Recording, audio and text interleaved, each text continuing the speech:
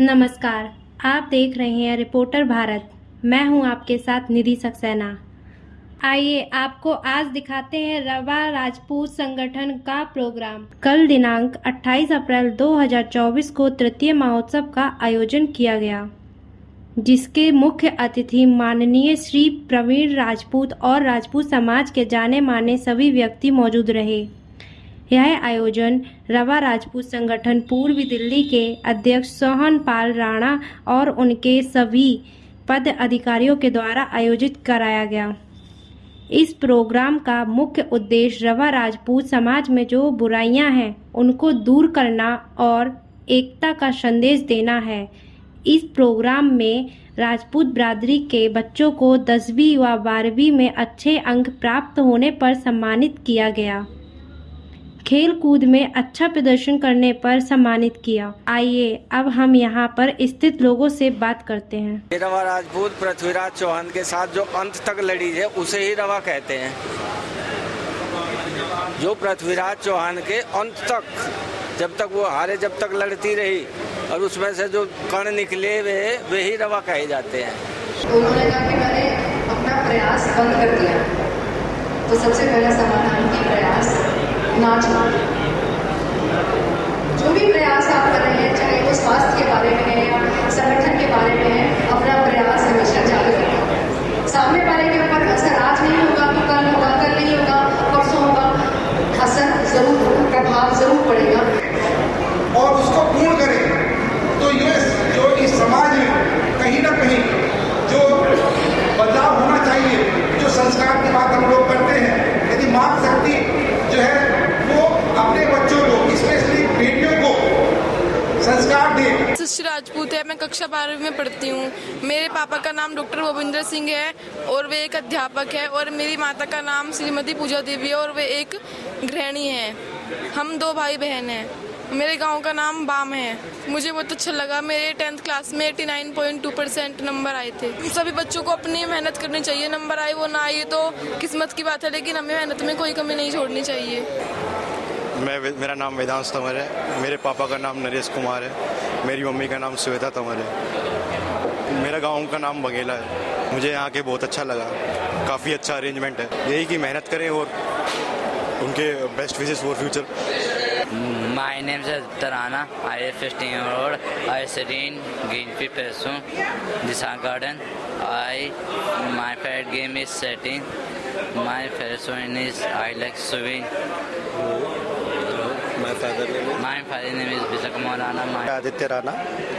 इसने अभी स्केटिंग में नेशनल खेला, ब्राउन्स लेकर आया, 2 ब्राउन्स लिया है। बाकी इसके 22 गोल्ड है, 2 सिल्वर है, 2 ब्राउन्स है। उसके अलावा नंबर ऑफ अवार्ड्स मिले, जिसमें मेन चेतन चौहान अवार्ड इसको प्राप्त किया है। मेरा नाम नव्या मोघा है। मेरे पापा का नाम पंकज कुमार है। मेरी मम्मी का नाम रीना मोघा है।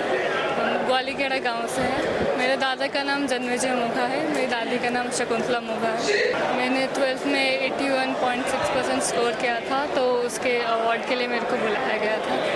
इन प्रोग्राम के रिजल्ट आते हैं। आज ये प्रोग्राम पूर्वी दिल्ली के रवा राजपूत संगठन का था, जिसमें समाज के बिजनौर, मुजफ्फरनगर, बागपत, मेरठ, दिल्ली के लोग इकट्ठे हुए और आपस में मिले तथा सामाजिक चर्चाएं की। सामाजिक चर्चाओं पर विचारों का आदान प्रदान हुआ। पहले में अब में अंतर है। संगठन बने, संगठनों के माध्यम से शिक्षण संस्थाएं खड़ी हुई, संगठनों के माध्यम से विवादों का सुलझावा हो रहा है, संगठनों के माध्यम से आपस में लोगों का परिचय बढ़ रहा है और विद्यार्थियों को, छात्रों को, लेखकों को, जो समाज में प्रतिभाशाली लोग हैं, उन लोगों को पुरस्कृत करके आगे बढ़ाने के लिए प्रोत्साहित किया जाता है। देखिए, आज का जो प्रोग्राम था, जो इसका जो मुद्दा रखा गया था, वो बहुत अच्छा रखा गया। कैसे बच्चे लाइफ में सेटल नहीं हो पा रहे हैं। लाइफ से सेटल का मतलब यहाँ कैरियर से नहीं है, फैमिली से सेटलमेंट नहीं हो रही है, और वो कितने ज़्यादा उनके रिलेशन पहले तो बन ही नहीं रहे, और जिनके बन रहे हैं वो बहुत जल्दी टूट रहे हैं। तो इस पर काफ़ी लोगों ने बहुत ज़्यादा चर्चाएँ, समस्याओं पर ज़्यादा ध्यान दिया, लेकिन कुछ के व्यूज़ हमें बहुत ज़्यादा अच्छे लगे, जिन्होंने निवारण बताया कि ये टेक्नोलॉजी का ज़माना है, जब बच्चे नए कदम से चल रहे हैं, नई सोच के साथ चल रहे हैं, तो हमारे जैसी पीढ़ी को भी अब बदलना होगा।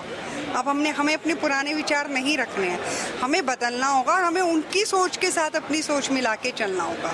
जैसा कि प्रोग्राम में आते हैं तो जेंट्स आते हैं तो लेडीज़ों को नहीं, अपने परिवार को नहीं लाते, और परिवार आता है तो अपने, तो आज आपने वो ये चीज़ नहीं, हम तो देखो जी ऐसे हर प्रोग्राम में जाते हैं, और मैं तो पहले ही कहती हूँ महिलाएं रीढ़ हैं, घर की भी नींव हैं।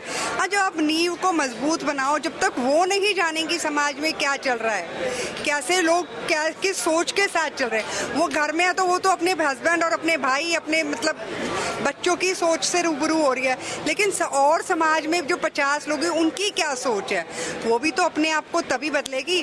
परिवार को बांधने में महिलाओं का सबसे बड़ा रोल है, और जो ये रिश्ते टूट रहे हैं या नहीं बन रहे हैं, तो इसके लिए ज़रूरी है कि महिलाओं को इस तरह के कार्यक्रम में लाया जाए, ताकि जिनकी सोच अभी संकीर्ण है वो सोच बदले। मेरा नाम नितिन चौहान है और गांव का नाम है बड़कता।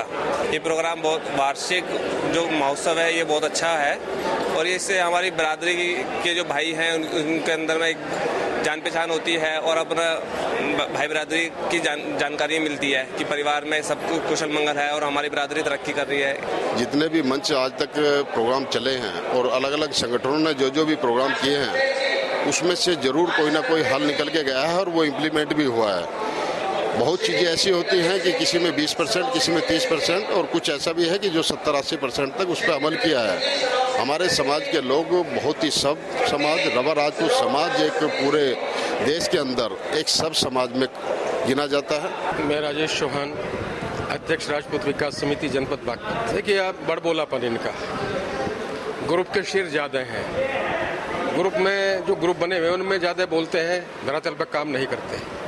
हम ही राजपूत विकास समिति जैसे हम वहाँ को मीटिंग बुलाते हैं, जो उसमें आते नहीं, किसी कार्यक्रम में आते नहीं, वो ग्रुप पे शेयर बनकर बोलते हैं। और जब ग्रुप पे शेयर बनकर बोलते हैं तो हंसी आती है मुझे उन पे, यार किसी कार्यक्रम में आते नहीं, देखते नहीं, और फिर पूछते हैं कि किया क्या है। देखिए, हमने वहाँ समस्त राजपूतों को बना के राजपूत विकास समिति बनी है, वो सारे राजपूत हैं इसमें, और रवा राजपूत भी है, चौहान राजपूत भी है, राजपूत भी है, लेकिन एकता अच्छी दिखाई देती है। लेकिन कुछ विघटनकारी तत्व है जो मात्र बकवास करते हैं। बहुत अच्छे लोग हैं राजपूतों में, बहुत अच्छे लोग हैं रवा राजपूतों में, चौहान राजपूतों में, मुझे बहुत बड़ा सहयोग उनका मिलता है, और जब वे काम करते हैं तो अच्छा लगता है। लेकिन कुछ नकारे व्यक्ति काम नहीं करते और ग्रुप पे बकवास करते हैं, तो उनसे कुछ ऐसा लगता है मुझे कि शायद ये आगे नहीं बढ़ना चाहते, हमारी टांग भी खींचना चाहते हैं। मैं सर्वप्रथम रवा राजपूत समाज का आज जो ये प्रोग्राम हुआ है, इसके मुख्य 3 बिंदु पर चर्चा हुई।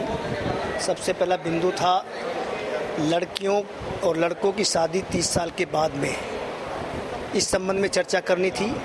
दूसरा, नए शादीशुदा जोड़े का जल्द ही बीच में तनाव होना, और तीसरा उच्च तकनीकी शिक्षा के विषय में आज इस सभा में मंथन हुआ।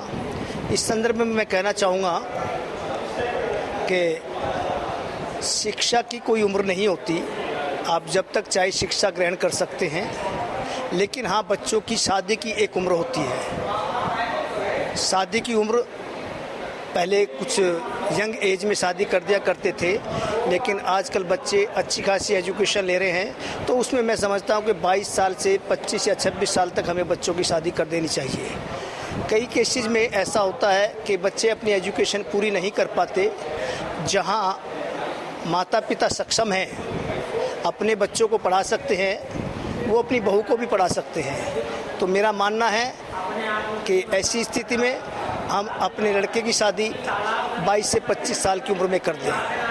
सर, क्या नाम है आपका और आज के प्रोग्राम के बारे में? मेरा नाम डॉक्टर शिवानंद है, और आज का जो प्रोग्राम हुआ है ये रवा राजपूत संगठन पूर्वी दिल्ली का, इसमें हमने वैसे तो मुख्यतः 3 मुद्दे रखे थे। पहला मुद्दा ये है कि भाई समाज के अंदर जो 30 साल से ज़्यादा की उम्र में शादी ब्याह होते हैं तो वो क्यों होते हैं, उनको कैसे कम किया जा सकता है। और दूसरा जो आपसी नवविवाहितों के अंदर जो तनाव की स्थिति होती है हम उसको कैसे कम कर सकते हैं। और तीसरा मुद्दा हमारा ये था कि किस तरह से हम टेक्निकल एजुकेशन को बच्चों में यूज करा सकते हैं और हायर एजुकेशन को प्रमोट करा सकते हैं। वैसे तो देखिए प्रोग्राम की जो भूमिका है, हम लोगों की जो कार्यकारिणी सदस्य हैं वो बहुत अच्छी रही है और उसका परिणाम भी सभी ने देखा होगा। मैं ये समझता हूँ कि दूसरे प्रोग्रामों को देखते हुए ये प्रोग्राम बहुत अच्छी तरह से जो है कंप्लीशन की ओर जा रहा है। और मैं समझता हूँ कि भाइयों का अगर इतना ही प्रेम मिलता रहा तो जितनी भी हमारी समस्याएं हैं ज़रूर एक दिन हम उस पर जो है काबू पा लेंगे और समाज के अंदर सुविचार के साथ साथ हम एक अच्छा संदेश देने के साथ साथ ही और आगे बढ़ेंगे।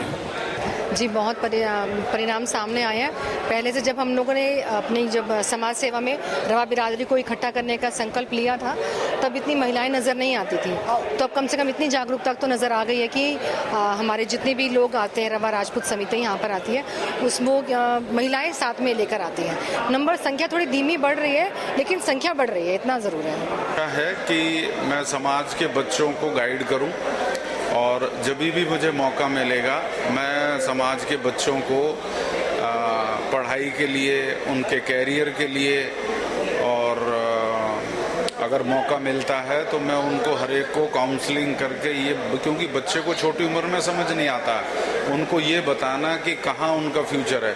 हर एक का अलग अलग इंटरेस्ट होता है, उन्हें नहीं पता होता, तो राइट टाइम पे अगर हम उनको 10th से 12th के बीच में डिस्कस करके उनको राइट डायरेक्शन, उन्हें सब चीज़ें ऑप्शंस दें कि ये आप कर सकते हो, जिससे कि वो अपने इंटरेस्ट की फील्ड चुने। मैं भुवन तंवर हूँ, पेशे से मैं एडवोकेट हूँ और अगर मैं अपनी क्वालिफ़िकेशन की बात करूँ तो मैं LLB ऑनर्स मैंने करा है और LLM करा है और लगभग 12-13 साल से मैं दिल्ली के विभिन्न कोर्ट्स में प्रैक्टिस कर रहा हूँ। और हाल फिलहाल में मैं अपना पिताजी का, माननीय श्री करण सिंह तंवर जी का जो काम है, अब मैं उसकी ओर थोड़ा बड़ा हूँ और वो संभाल रहा हूँ। देखिए, सबसे बड़ा तो मेरा सौभाग्य है कि मैं रवा राजपूत समाज से हूँ, ये अपना सौभाग्य मानता हूँ और मैं इस चीज़ का गर्व भी करता हूँ।